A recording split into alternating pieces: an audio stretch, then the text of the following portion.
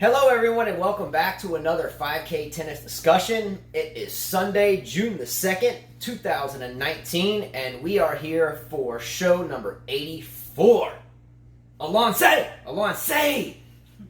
Which is let's go in French that we have picked up and learned from Allons-y or Allons-y. We picked this up from a couple of viewers and a little bit of research. So today, instead of saying let's go, I'll try to make sure to remember Allons-y. All right? Let's get this done. Moving on. Today is day number 8 of the French Open, and half of the quarterfinals are now set. I think actually Tsitsipas and Wawrinka are still playing, and I know that Sloane Stephens and Muguruza are awaiting to come on to the court here shortly. So is Nishikori and Pair. And Pierre. Pair. Kei, the ninja collar, Nishikori, and Benoit, the flag collar, Pierre. So they are waiting as well, and we have a device here, so hopefully we can keep up with that. We would wait and then do the show, but Carla and I have an entire afternoon of tennis lessons to teach that will keep us out until late this evening, so we went ahead and started today's show now. All right? Hopefully everyone is having a great day, a great Sunday, and anticipating a good week next week. Again, thanks so much to all of you for watching the show and keeping us up to speed with things when we're not able to. The comments have been great. Please, especially the ones about your dress. Oh, the dress. I didn't forget about that, but I've written so much this morning, I kind of forgot about the dress entirely. Yeah, that was an interesting day. Again, I lost a bet and had to put on a dress. But nonetheless, today is another day, and that is in the past. I will think twice before making another bet with Ethan B.A. And I will never wear that dress again. Yeah, her dress is now retired. It will turn into a dish rag at this point. That looks like a kind of an expensive dress. But nonetheless, I paid my debt. Moving forward, please like and subscribe to our channel. As always, like I say a multitude of times throughout every show, if it was not for you all watching these shows and keeping us up to speed and going back and forth with comments, I think we would have stopped doing this by now and would just do it amongst one another as always, as we have always done. So thanks so much to all of you. Without you guys, we would be, I think, safe to say, probably not doing it anymore. So all thanks to all of you. And there's an old saying, don't forget where you come from, and we come from you. So thank you. All right. Carlo, let's jump right into today's action. Hopefully this won't be the longest show today, as we have a busy afternoon, so we'll try to push through it, but hopefully we don't rush it. All right? All right. Today in Paris, it is 90 degrees, by the way. That's good, because they've had some cold days. They have. The weather pattern in France has been interesting. We've had some cool and damp days early on. We've had a couple of warm days here recently, and today kind of climaxed at 90 degrees. And then tomorrow and the next couple of days, I think it's supposed to cool back down into the lower 60s or mid 60s and be damp again, right? So an interesting weather pattern. The question is do the weather changes at this point in the tournament, does it affect anyone? Does it help anyone? Does it hurt anyone? Or does it even matter? What do you think, Carla? It does affect, definitely. Like, for instance, you have Tsitsipas and Wawrinka playing right now. They're on the 5th set. And it's hot. Yes, it's affecting it. They would have preferred the cool weather at this point, especially that you've got Tsitsipas, who's played many long matches. And Wawrinka's had some tough matches. So, yeah, I'm sure they would have preferred a cooler temperature. For Nadal, it helps him that tomorrow is going to be much cooler because he's going to get a little bit tougher of an opponent tomorrow. And he better hope that it stays damp because he does better when it's damp. I kind of agree and disagree with you, Carla. For myself, I like to believe, even now at 41, that I'm fitter than anybody that I'm going to play. And I still believe that. I don't care if it's you or any league match or any match that I play. I like to think that I'm more fit than anyone that I play.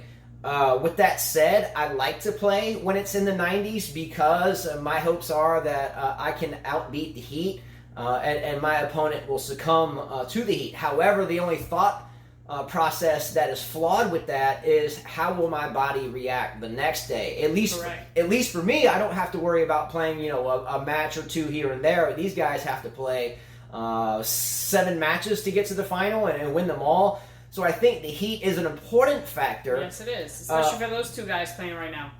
But I think in 90-degree heat, I think you do separate the men from the boys here. But Tsitsipas in this 90-degree heat, and we're going to get into it, is now proving to have gone from a boy to a man. And you've been talking about this for a long time, Carla, and we're going to get into it more as this show rolls on. But Tsitsipas has shown up, and again, we're going to break this down in a little while. All right?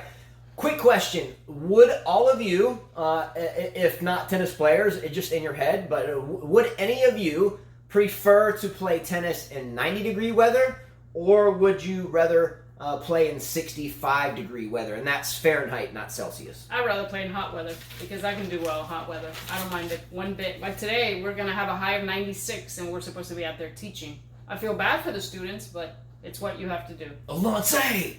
Yeah, we get students that come out and train with us in the middle of the day during these hot summer months here in Alabama. Sometimes the heat index on the court is well over 100. But we still try to push them through good fitness sessions through it, obviously protecting with some shade and cool water, and we look out for any heat-related symptoms in terms of health, but it is important to train through it. And I always say, Alonce, let's go! Come on! Let's get done! All right, moving forward. Yesterday, Carla and I spoke a lot during the last part of our show, which was quote of the day or thought of the day on preparation and practice leading to self-confidence, okay? I'm going to bring this up as just a quick introductory topic, and I don't want to waste too much time on it because surely a lot of you may or may not be boxing fans, right? Boxing. I'm a big boxing fan and always have been. I grew up watching old videos of Joe Louis boxing and Muhammad Ali fighting, and I loved Mike Tyson a lot, Sugar Ray Leonard, Hearns. I mean, the list can go on forever.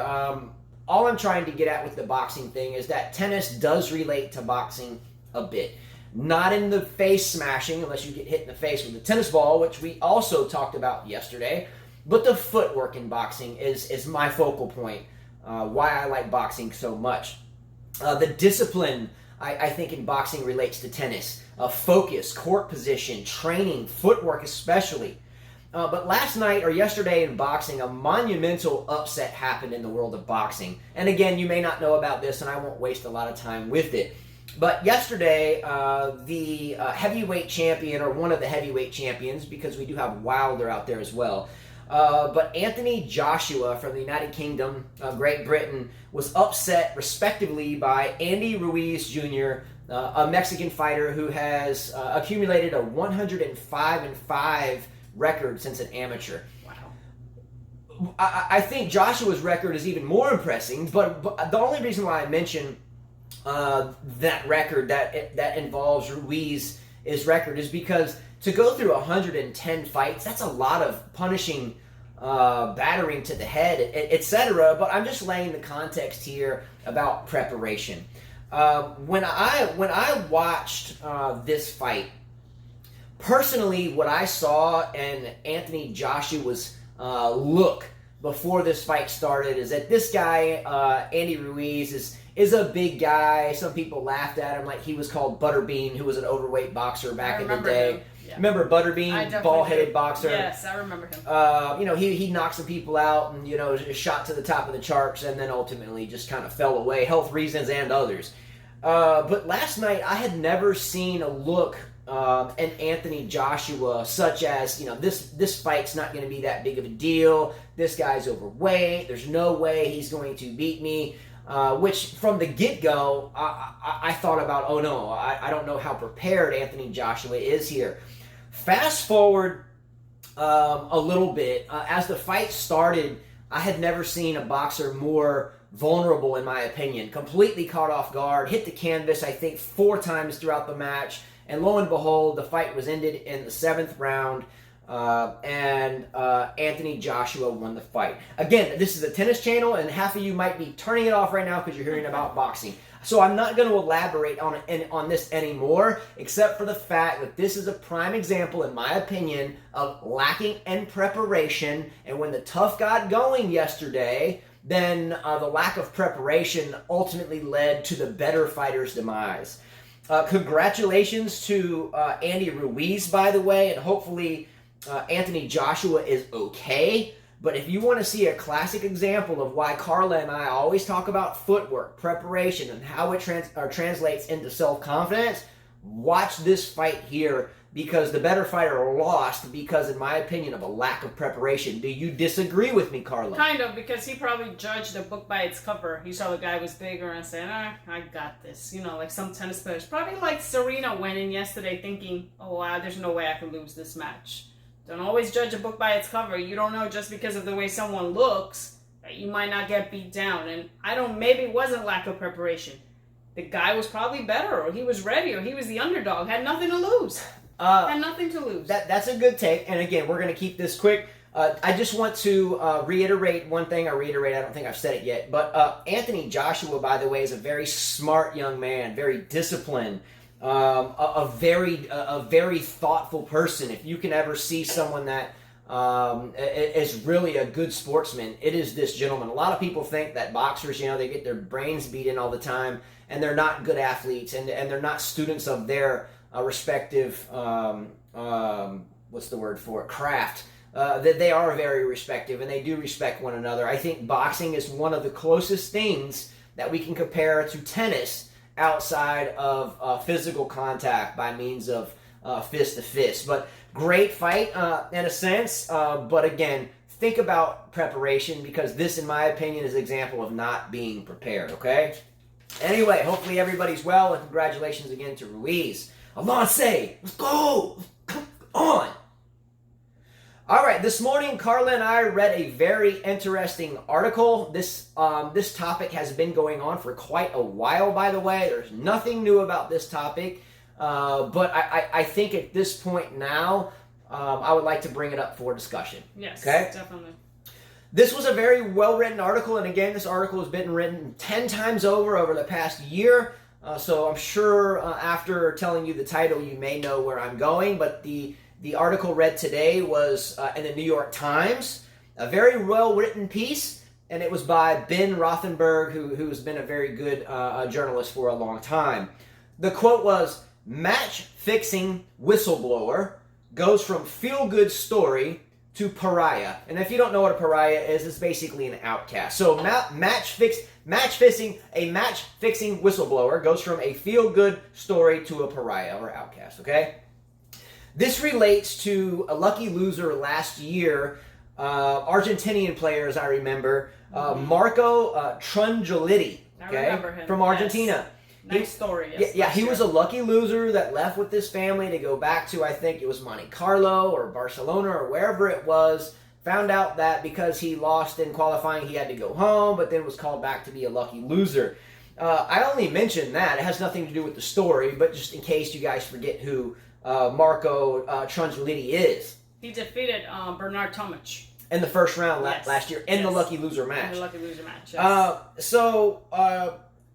Marco Trungelliti was approached a while back to be involved in tennis match fixing. Okay, now he was at that point in time, and still is, I think, in the Challenger and Futures circuit. Yes, he just played a match about a month ago and lost. Yes, he's playing Challengers. He's ranked 144, I think, around. I think it's 184, but either way, okay. It doesn't matter. Neither here nor there. This is still a very respectable level of tennis, and any sport at any respectable level is going to have wagers and people betting on it. Carla, you played Challengers. So you know about the environment here. It's cutthroat. It's dog eat dog. Every challenger wants to get to the next level. There may not be anybody around, and zero money, and there's not any money. So I think a lot of players can get sucked into the fact that there's no one watching potentially, but there really are, and that money is bet on these things. Well, let me just fast forward this because we're going to get too far into the time clock. But Marco Trungelliti was contacted, I think, on a social media platform a while ago to be involved in match fixing. Since that point in time, 3 of his fellow countrymen have been either banned or harshly penalized for testimony that Marco Trungelliti relayed to certain powers to be or authorities about people approaching him about match fixing. Good. What ended up occurring wasn't that he was, thanked for exposing this, but he was basically ostracized from his countrymen and a lot of his local area team. And this kid has been called a snitch. This kid has been called every name in the book. And I am led to believe at least that's not how it necessarily went down, right? So match fixing, by the way, is corruption. It's corruption, it's corruption, it's corruption. In the game of tennis, I think it would be nice to think that if any player was approached about match fixing, then that player morally would go to any powers that would be and say, hey, the world works in a crazy way. I got this message here. Look at it. I'm out, right? Correct. And I think when this first happened a year ago, people assumed that this kid was involved in it and he himself was caught and then rolled over on other people, which is true definition of snitch. Okay, I'm not going to get into any personal stories with me, but there is a definition of a snitch. A snitch is someone that is equally involved in the conspiracy. They get caught, and therefore they roll over on everybody else, get everyone else in trouble so they can walk free. That is a rat, that is a snitch, that is a rat, that is a snitch. Who needs it? Okay? But it was assumed that was the case for a year until it has been completely cleared in a sense that this kid, or Marco Trungelliti, had nothing to do with it and just was a morally correct human being. And he's 29. Oh, kid, whatever. I'm 41 with 5 kids. He's 20. He's a kid to me. He's not even. So he's been on the tour for a while. Yeah, I say kid. I'm 41. He's a long time my junior, and I'm sure he doesn't have 5 kids. Not that that matters, but he was a good moral person as this plays out, and I read this today. Now, number one, if he was involved in it and rolled over on people so he could walk free, would I be taking up for this kid right now, Carla? No, you wouldn't. Absolutely not. However, there is no evidence whatsoever, and coming from Ben Rothenberger from the New York Times, I know that this person is a good journalist and has dotted his I's and crossed his T's. Now, is all media truthful? No, obviously not. But I really only wanted to mention this because how dare anybody shame Marco Trungelliti for simply doing the right thing, right? Yeah, he said no one talks to him. They act different in the locker room. He feels like he's been shut out completely from tennis. I feel bad for this guy. I'm sorry. There should be no corruption in tennis. I'm not for betting on tennis, but I think if people do it, that's fine. But if it's done illegal and these players are trying to make a living by doing match fixing, I disagree. Then you might as well not play tennis. Go coach or something. Do something else. I don't know. Let's go. Fact of the matter is the last thing I would ever condone is a snitch or rat. I'm out. Believe me. I have personal examples that I won't get into on this show. Definitely no room for it. However, let's talk about examples. Let's say you go to a grocery store and you see someone walking through the store, starving, hungry, and they put a bag of chips in their pocket. Are you going to tell them that? No, absolutely not.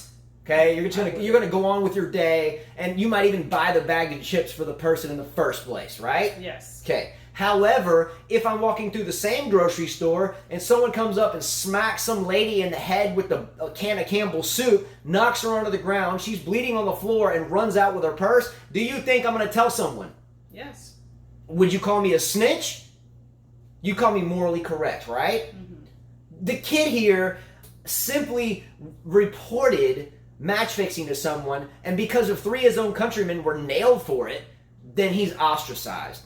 I think it's pathetic. What are your thoughts there? Isn't that what's wrong with a lot of humanity today? Is no one has morals, no one has the time to stop and think. Now look, again, I'm going to say it one last time. If he was involved and that's his way of getting out, then I'm out. But I don't think we found anything where it said that he was involved. Okay.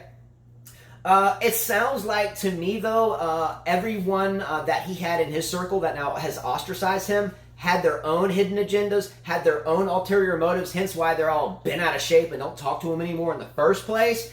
It sounds like, though, the life in which we live in 2019, and that's why we are big on staying positive, staying out of the muck and mess, deleting anything negative that comes up on this channel, and really trying to share our brutally honest opinions on how we example of the world in which we live, and based upon what I've read for a year, this kid does not deserve to be shunned, and only those that aren't talking to him are those with the hidden agendas that should be shunned of themselves. And he also said, I read where he said, most people think I'm rich just because I have about 800,000. Or made that much, but how much did he spend on traveling and everything else? He had a kid ask him for a tennis racket for free, and he said, I can't give it to you.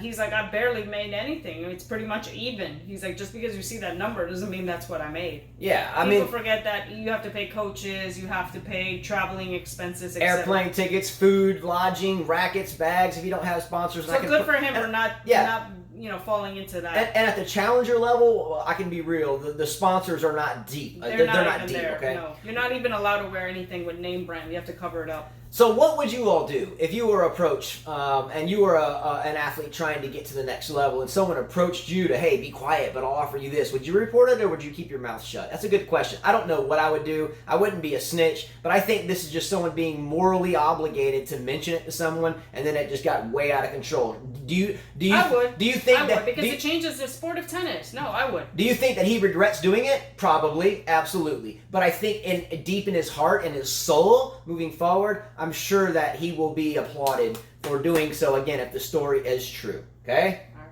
So much corruption these days. So much corruption, right? Surely there's more to the story, but that's just the way it rolls. Anyway, I wrote here just to make sure I read all my notes off, but there are things that we should turn our heads to, and there are things that we should not. Cheating in tennis is equivalent to robbing someone at the store. Life and robbing someone is the same thing, I guess, in tennis. Yeah, you're cheating because you're cheating the system. You're cheating the money out of people that thought that person should win the match and perhaps should have won the match. You know what I mean? Yeah, so you are cheating them too. You're cheating the fans. You're cheating yourself. There's three things I always tell my kids. I can be the coolest guy and won't ever get mad, but if you ever call me a liar, a thief, or a cheater, I get really mad at that point. And those are three things that really set people off. So I really get why the people shunned him in a sense, because they were called out as that. But look, I'm at a loss for words. This is a tough scenario. I wish the best for this kid, Marco, or young man, or whatever you want to call it. But anybody 12 years younger than me is a kid. He said it's affected his wife, his family, so yeah. All because he did the moral right thing. All right. This reminds me of a quote that Michael Figgins, great friend, worldwide tennis coach, I think he's in London now, anticipating Wimbledon. He wrote us a quote, something along these lines. I wrote this down out of my head. In tennis or in life, we have a set of rules or ethics or morals that we live by. We cannot get upset, though, when some people in the same genre or realm or rodeo choose not to live by them, right? I don't think that Marco Trungelliti ever was upset. I think he just was worried maybe about his own self having been contacted, and he just reported it, and here we are. Yes, definitely. Okay? Alana, let's go! All right, Carla, let's get right into draws. Sorry, I had a hiccup. Let's get right into draws, men's and women's results, and let's jump right in. There's not a lot of matches. We're doing good on time. So let's jump right into the women's results. Well, we have Sloane Stephens, your number 7 seed from the USA, currently playing Garbiñe Muguruza from Spain, the 19th seed. Muguruza has broken her in the first set. She's up 2-love. Sloane Stephens is serving at 30-all. The winner of that match will play Johanna Konta, who defeated Vekic, Donna Vekic, and I said, I was rooting for Konta for personal reasons. She defeated her 6-2, 6-4. It's almost like Vekic didn't show up for the match. I don't know what happened to her. She wasn't there.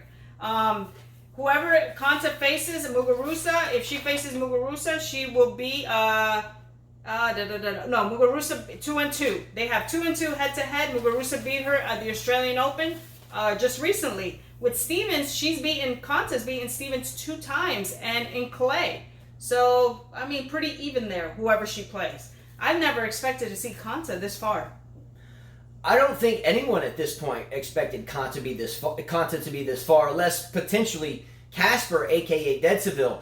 A quick fantasy team update. And Can you imagine her winning this? I mean, it's possible. Well, Casper picked her on his fantasy team. Right. And by the way, a quick fantasy team update. I'm not going to spend a lot of time on it today because there weren't many matches. The quarterfinals are only halfway set, and still a couple matches are short, even being halfway set. But I really need Sloane Stephens to beat Muguruza.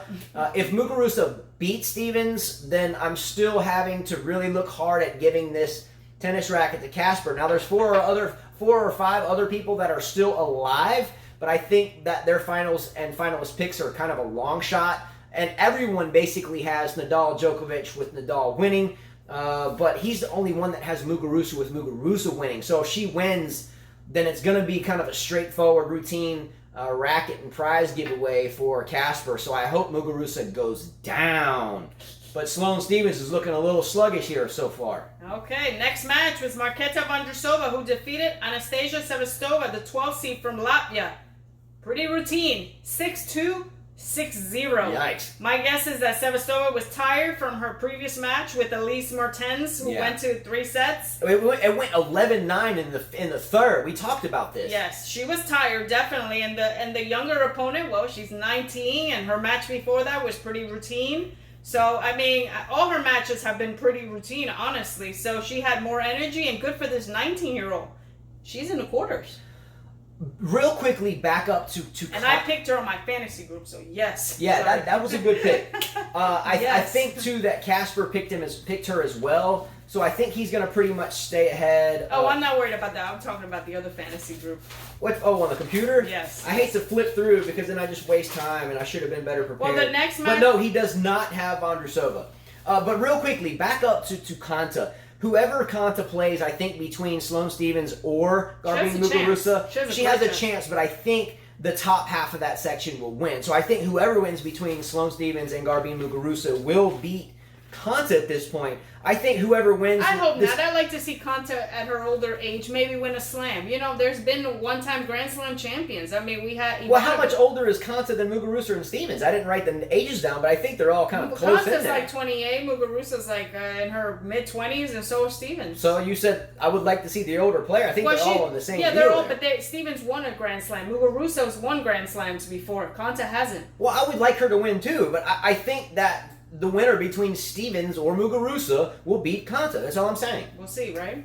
Vondrousova, though, again, great pick for you. She's definitely the future of tennis, too. She's in there with Kenin. She's in there with Anisimova. She's in there with Andreescu. These are the ladies that we're going to see once Serena, Venus, and the veteran players, they leave. This Pliskova, all of them, once they leave, these are the girls we're going to see. Sevastova just didn't get beaten. She was destroyed. 2-0, right? I wonder if she blamed her camp for that. She might have. I was just fixing to say that. I'm tired because you didn't train me. I lost 2-0 because you're my coach. She was tired. We discussed that. Vondrousova will now meet Petra Martic, by the way. She beat Kanepi in 3 sets. 5-7. She lost the first set. 5-7, 6-2, 6-4. Good for her.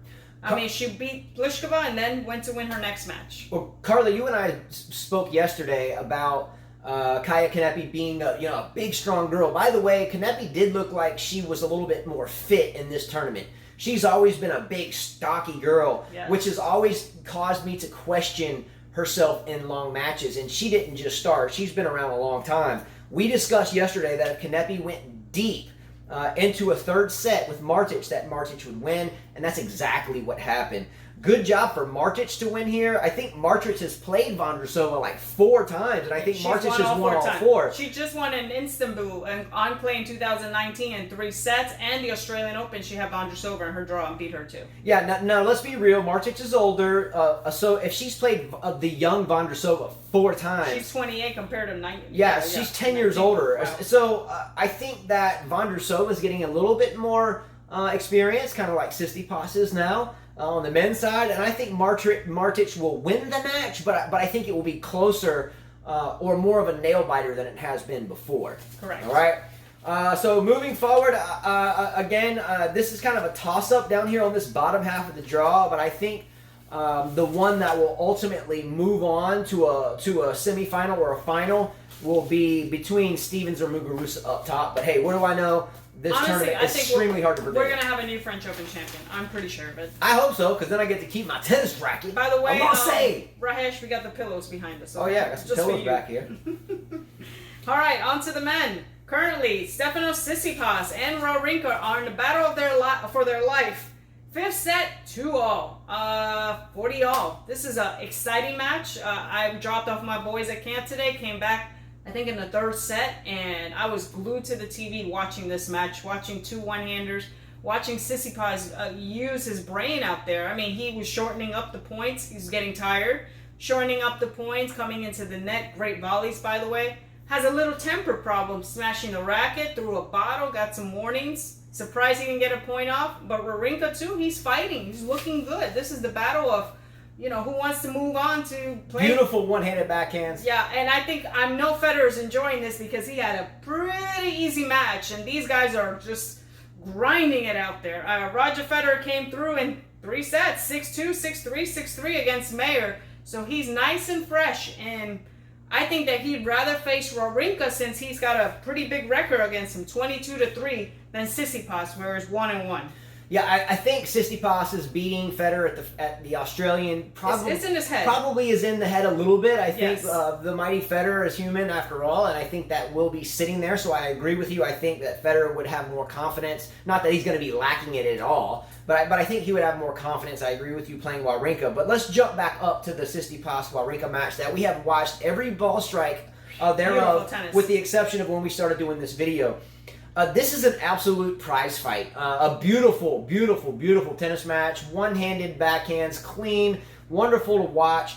And I must give another shout-out to Stefanos Tsitsipas here. I'm beginning to lean towards considering him as one of the best tennis players in the world at this point, even given his age and even with the big three still playing.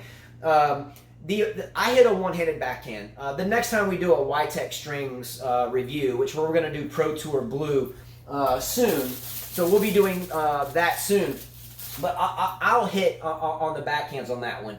And the only thing I want to say about Tsitsipas and his one-handed backhand, especially Wawrinka and Tsitsipas, to both of them Federer, is that if you watch Tsitsipas at his age hitting his one-handed backhand cross-court to cross-court when having backhand cross-court to cross-court points, look at the depth and topspin on his one-hander. Wawrinka arguably has the best one-hander in the game now, but if you look at the depth and torque and spin on Tsitsipas' one-hander when, going 10, 12 shots backhand to backhand, the depth, the arc is almost like Nadal, but with a one-hander. Let me tell you something. It's incredible.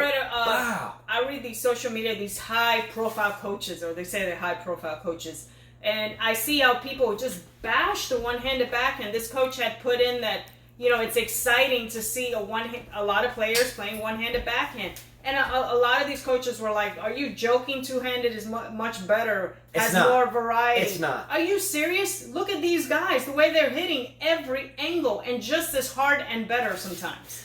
When I grew up playing tennis, and this was 77. I started in 79.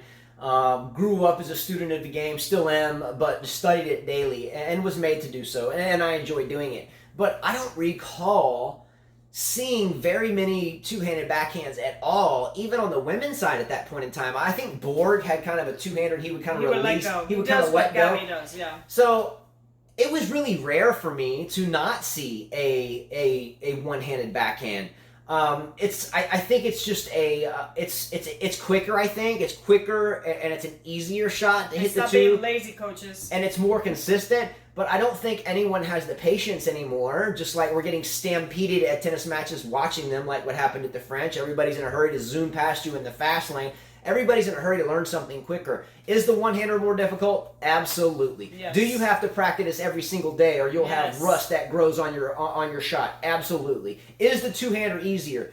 Absolutely. It is. I play with two-handed. I know, and I did the one-handed for a year. Well, she plays with both, so I can't even fathom putting a second hand on the racket. I put my second hand on and I feel like a girl. No offense to the girls, but I feel like sometimes I'll have a shot, I'm on the run, or it's a half volley, I'll keep my second hand on it to scoop it up. But even when I do it, I like look around. I'm like, man, I hope no one saw that because I feel kind of weak.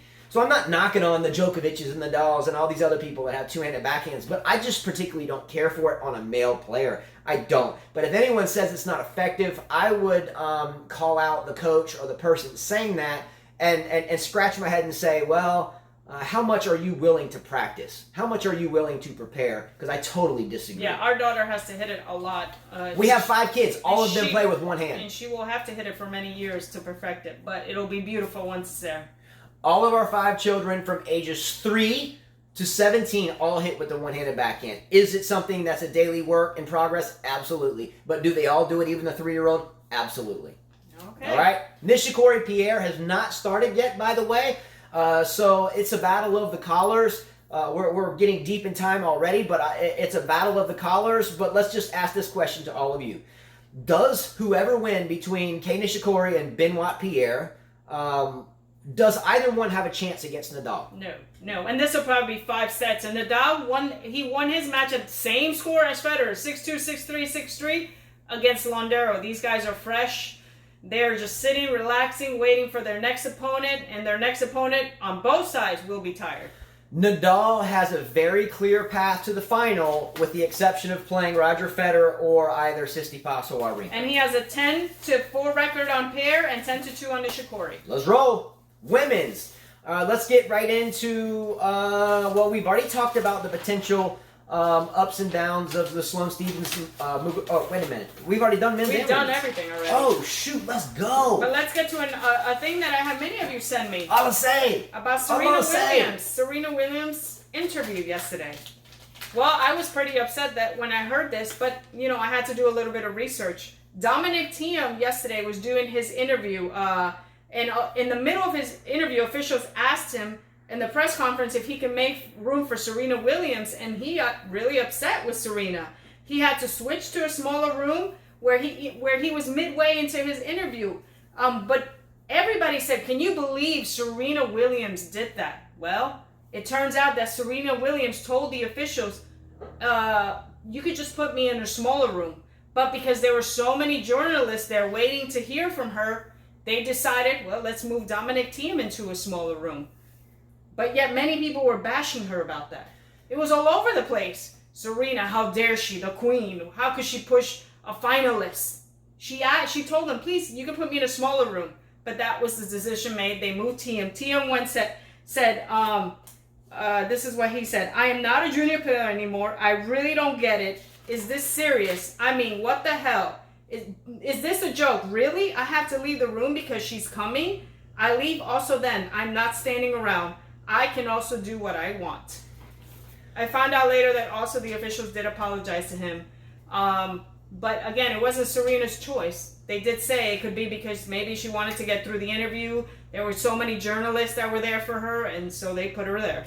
Has anyone ever heard of the media lying to you? Many times. Anybody? Anybody ever heard of propaganda during wartime? Anybody? Anybody ever heard of journalists being dishonest? Anybody ever heard of lawyers being dishonest? Anybody? Yeah. Okay. First and foremost, yesterday this went down. We watched the interview. It was like 2 minutes long. Yeah. That's it. First of all, for the mindset of Thiem to automatically respond and be like, what, this girl? What? Okay. But can you blame him, though? Yeah. He was in the middle. Hold on. Wait. You talk, let me talk. Okay. Number one, I don't care if what the lie was even true in the first place. As a male, I'm sorry, but in the public eye, I don't care who it is. Don't disrespect a female. Just don't. I'm not saying he disrespected her, but when he heard about who was coming in, it was an automatic, look, I don't care who she is. La, la, la, la, la, la. Sound like a 2-year-old baby. Just whatever, man. He said I'm not a junior player. You know what the smartest thing would have been to do?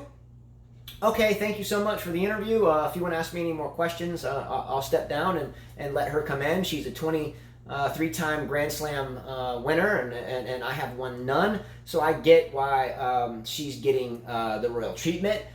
Because that's the truth. However, the whole thing wasn't true in the first place. I almost said that, but then people were going to say, well, you're so Serena. Well, so I'll finish venting because, look, brutally honest, what you see is what you get. I'm going to tell you my opinion. I almost said I'm going to tell you my opinion, and this is what we got. Yeah. TM's And response... Cueva's match was boring. Sorry. TM's response was little girlish and weak, number one, okay? If it would have been me, I would have said, in my head, in here, I would have said something like, in my head, without anybody knowing, I would have been like, I would have been mad. If it was true, but because I know 41 years old, 5 kids, and been through ups and downs like a lot of us, I know that there can be WGAS, W-G-A-S, which stands for, it's an acronym, which stands for who gives a blank. Fill in the blank. WGAS, W-G-A-S, who gives a... I would have said in my head that, yeah, maybe this is true, but the media is asking me, and we know the media can just be garbage. Geez, anyone reaches that. Anyway, I would have, in my head, said, be cool, we'll deal with this. Thank you so much, have a nice day. But however, we got TM that basically threw on a pink skirt himself and bought into the BS and walked out all upset with his tail in between his legs. Whatever. However, shame on the media for having released the story in a sense that made Serena look like Queen Bee Diva, which when the truth be told, Serena was like, "Oh, I'll be happy to go to a smaller room. Let him finish." She lost anyway, so she wanted to get out of there as quickly as she could. So who looks like the schmuck now? TM? Sounds about right. I'm not going to get into the he said, she said stuff because it's ridiculous. But Dominic TM, by getting so uptight so quick, shooting from the hip, not thinking before he spoke, I can't believe they released everything the video else too. It showed where he got up and he's just stupid. It was wow. just cheesy. Made TM look like a 12-year-old boy/girl that wasn't raised right. She's a female. I get there's a lot of drama behind anybody that's that big in the limelight. When Floyd Mayweather wins a fight or loses a fight, doesn't it just spark all this controversy? Because they're grand champions. But for TM to not for a second take a deep breath and think about, like we said yesterday, slow down a little bit, slow your roll, you're going to get in a car wreck. So he got peeved off, and ultimately the story wasn't even true. Furthermore, we didn't even mention the fact that Stefanos Tsitsipas blasted a racket today. I did. I said he hit You it. did? Yeah, I said I'm surprised they didn't give him a point or something because he broke a racket and then threw a water bottle. Yeah, I hate racket smashers. I'm surprised they didn't. The umpire. I'm shocked. Yeah, I hate racket smashers, and I just remembered Tsitsipas broke one, and I give He grief. broke one and then threw a bottle. And when he lost the third set, I was like, wow. I give grief to anyone that smashes a racket, and I just remembered that. I can't leave him out. Subpar. He should have had a point deducted. What's the score there, by the way? On serve 4-3, Wawrinka with Tsitsipas serving. All right. Real quickly, Carla and I, by the way, have an afternoon of lessons to teach, so we are going to jump in almost immediately into rapid fire questions. I always like to do rapid fire questions, but all of you do us a favor. We'll leave here in about an hour or so, and we'll be gone until about 6 or 7 o'clock tonight. We want to be able to come home and wind down to a lot of good comments and discussion, so we are putting the pressure on you today. We want to come home and have great tennis conversation because it's been a really good day, and I would really like to keep writing and do this show later, but we just couldn't. So this evening's going to be up to you. Bring us the comments and let us come home after the 6 hours in the heat to some good tennis talk, all right? So we fully expect the comments, and we hope to see them coming, all right? 12 rapid-fire questions. Here we go. Are you ready? I'm ready. Is everyone else ready? You must look at the camera, Carl. You cannot look down. If you are participating in this, you must answer them quickly as we go. And you cannot deliberate too much, or you must just say N.A., no answer, and keep moving forward. Question number 1. Here we go. Carla, and all of you. Yes, that's my name. Name the only 2 Argentinian men to have beaten Roger Federer at a major. Del Potro. Nalbandian. There you go. Juan Martín Del Potro and David I actually like Nalbandian. Nalbandian too. I did like him a lot. Until he smashed the ball and hit a box that bounced off and hit someone in the face. He was a crafty player though. Question number 2. Agree or disagree? Stefanos Tsitsipas versus Stanislav Wawrinka, even though the match is not quite finished, is one of the best matches of the year so far. At this French Open, definitely. I mean, best match of the year entirely. Oh, yes. The entire 2019 season. Yes, beautiful match. Question number 3. Will Johanna Konta be a potential fantasy team player for you at Wimbledon? No. Me neither. On a scale of 1 to 10, how important is it that our children make straight A's in school? 100 plus. Thank you. Number 5, when watching tennis, how much more or less appealing is it to have two one-handed backhands face off against one another? It's more appealing, and it makes me even want to teach them harder so they can perfect that shot. My kids, our kids. For me, it's truly a thing of beauty. When I was a boy, it was rarely to see anything but that, and now it's rare to see. Anyway, question number 6: is Roger Federer in trouble in his next match? No. So he's going to beat Stanislav or Tsitsipas easily. I think Wawrinka he will beat Tsitsipas. He's going to be tired. They're both going to be tired. Question number 7: are Rafael Nadal and Novak Djokovic both safe bets now to meet in the final? Djokovic is. I think Nadal's pretty safe too after this long match here with Tsitsipas and Wawrinka. I think Federer can cause him problems, but I think Federer will lose to Nadal in 4 or 5 sets. I hope not, because I got to do another crazy act of debt here on the show again. Hopefully it's not even though he dress. hasn't responded lately. We haven't seen him. Hopefully Anissa Zoo's asleep somewhere and doesn't wake up until long after the French, because I don't want to do that again. Question number 8. Yesterday, we were all led to believe that Serena Williams pushed Dominic Thiem out of his press conference. Now that we know the media was to blame, does the media deserve to be smacked with one of your sandals? Yes. Come on, man. Who sang that song? Let's give them something to talk about. Let's talk about. But the thing is that who sang that? Bonnie Raitt? I think so. The thing is with the media, you know, people read things and they automatically jump, especially when it's Serena Williams. It's like they automatically want to jump on that bandwagon. Yeah, as soon as some fake story leaked out, Serena got trounced, and it wasn't even true. Has anyone ever heard of the media telling a lie? Anybody? Think before you speak. Take a deep breath, otherwise you'll end up looking like Dominic Thiem. Question number 9. Here we go. Carla, we have 5 children, the same size of a basketball team. Do you ever think of having a 6th child, especially to have a reserve coming off the bench? No. Fair enough. No.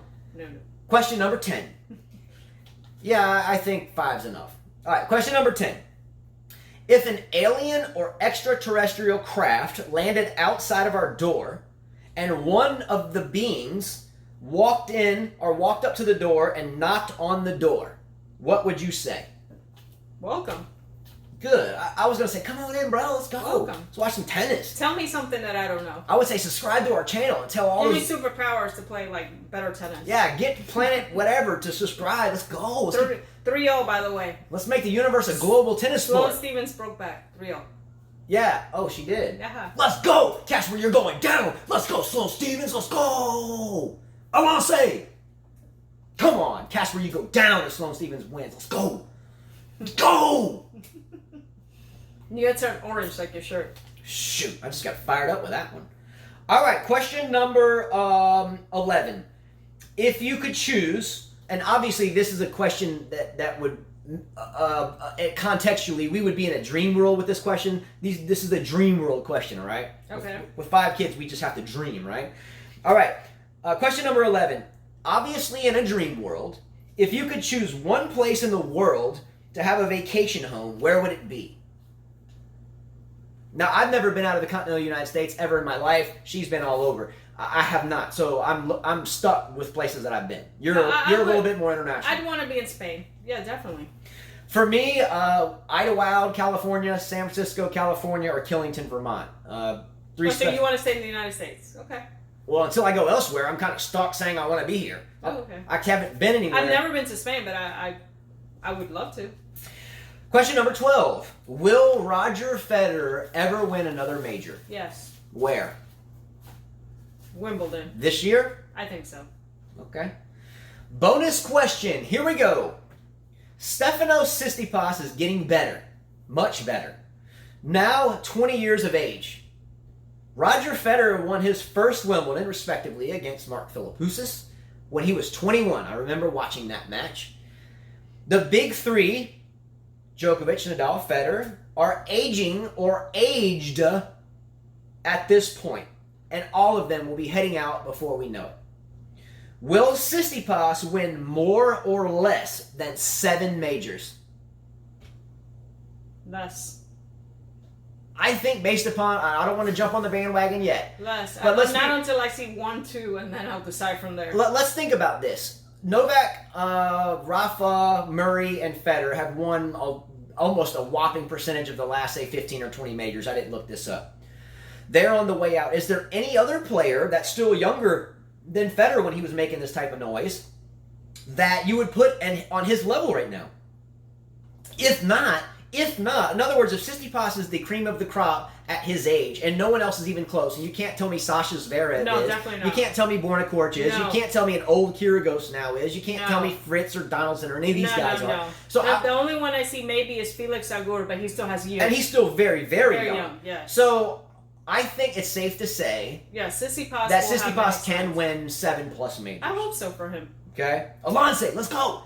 All right, ending the show, we are going to do our usual quote and thought of the day. And here we go with it, all right? So this is a quote, and it comes from someone by the name of Jason Ngay, E-N-G-A-Y. Quote, "Don't get too deep. It leads..." And he was... Let me... It says don't get too deep, but the context was thinking, okay? So the topic here is thinking, and then this was the quote. So I'll use, instead of the word get, I'll say think, okay? Don't think too deep. It leads to overthinking.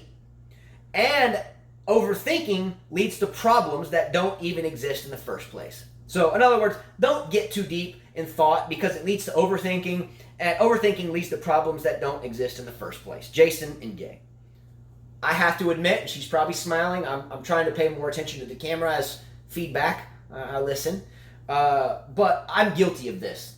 I'm a deep thinker, and I think all the time, and I know sometimes I frustrate Carla with it. Am I right or wrong? Yes. And this quote is right. Sometimes I do think about a problem that hasn't even been manifested, and then talk about what happens if the problem manifests itself, and it hasn't even manifested itself, and Carla's usually right that you're thinking about something that may not happen, and 8 times out of 10 it never happens in the first place. Am I right or wrong? Yes. And then I stress everybody out thinking about it. I usually tell them, don't even tell me anymore. I don't want to hear it. You don't want to hear it. Anyway, so I'm guilty as charged with that. Sometimes I think so much and go on and on in things internally in my head about things that I can't sleep. You know, I wake up early thinking about it, and I go to sleep late thinking about something, and it really is just a thought, right? So what I want to ask everyone is this a good thing or a bad thing? Is it a bad thing to think too deeply, or is it a good thing? It's not a bad or a good thing. I mean, you just... I'm different. I kind of... When I have a problem facing me, that's when I face it. I don't think about it ahead of time. I just don't. Is that a good thing or a bad thing? I think... I always try to see the positive side, not till it hits me and becomes reality, then I deal with it. Yeah, and this is what I really am thankful for Carla for, is a lot of times I can be stressed out, and she'll just tell me, why are you even worried about that? Just forget about it. We're good people. We tell the truth. We haven't hurt anybody. We haven't been a liar or a thief or a cheat. So, hey, as long as we just do good things, then good things should happen. And that's how I get de-stressed, right? So thank you for being my yin and yang, or my opposing force, right? She's one of the only people that have ever told me to just chill, or I'm going to smack you with a sandal and get away with it. But look, let's think about the opposite side of that. Maybe it is a negative thing to think too deeply, but where would we be without deep thinkers? What about the Platos and the Da Vinci's, the Albert Einsteins and the Stephen Hawkings and everyone else? Where would we be without deep thinkers? So I think it's safe to say that someone's got to think deep, because if no one does, we're going to end up like a whole race of human beings that are currently like men's tennis in the United States, just kind of like a dying cause. That's why in a relationship there's one that's more serious than the other one. So I'm the serious guy and you're the nonchalant one? Well, you're the one that stresses and I'm the one that really doesn't let stress, or I don't really let negative stuff get to me. She's my positive energy when I'm thinking too deep, yes. I can always get frustrated and she tends to get me out of it. Yeah, I would say that's about the truth, right? Mm-hmm. Quick question. Should we have more or less deep thinkers? Okay? And by the way, here's a few things that I would like to ask you all if people should think more about. Does anyone need to think about obesity in the world that we live? Is it a problem?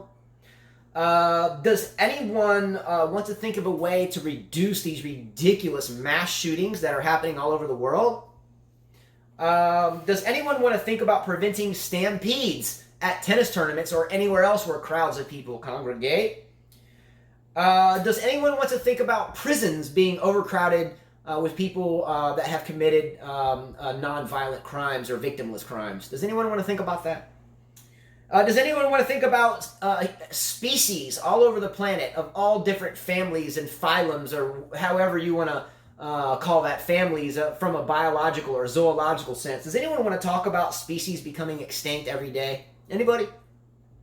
Anybody want to think deeply about the multitude of trees that are cut down every day? We have a house, and I won't mention this by place in case someone's watching, but we have a house that was built next to us not long ago, and there's been a huge pine tree that had been in one location since before I was born, but ever since I've grown up for 40 years in this area, I've seen the tree. Someone built the house, they just chopped the tree down, stack it up, see ya. It kind of hurts. Anybody want to think about the Amazon being chopped down into oblivion? Does anyone want to think about that? Think it's a problem? Here's a quote talking about trees that I wrote in. Quote, this comes from Maggie, it's a German last name, I think, but Maggie Stiefvater, Stiefvater, and I agree with this quote. You ready for this quote?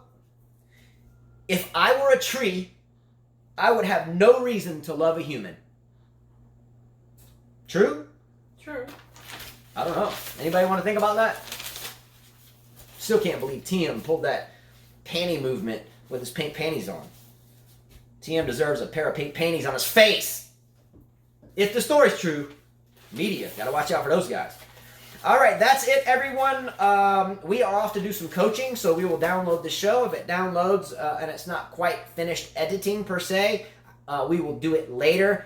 We really hope to come home to a lot of comments. Hopefully the show was a good one. It was a little rushed, but I felt like the delivery was okay. And we always try to do better every show. So thanks so much to all of you. Much love to all of you. Without you, there is no 5K Tennis Show. So all thanks goes to you. Please like, share, and subscribe to our channel. We will see you tomorrow. Thank you so much for educating me on how to say let's go in French. Allons-y. And as Carla always says, Au revoir. You got to keep waving. I got to go turn off the camera. Double wave. And tomorrow's Nadal's birthday and my brother's. And then yours is August 8th along with Roger Federer's. Yes, so we both... And Tsitsipas is born on August 2. Yeah, that's why he's good. See you guys. Take care. Bye.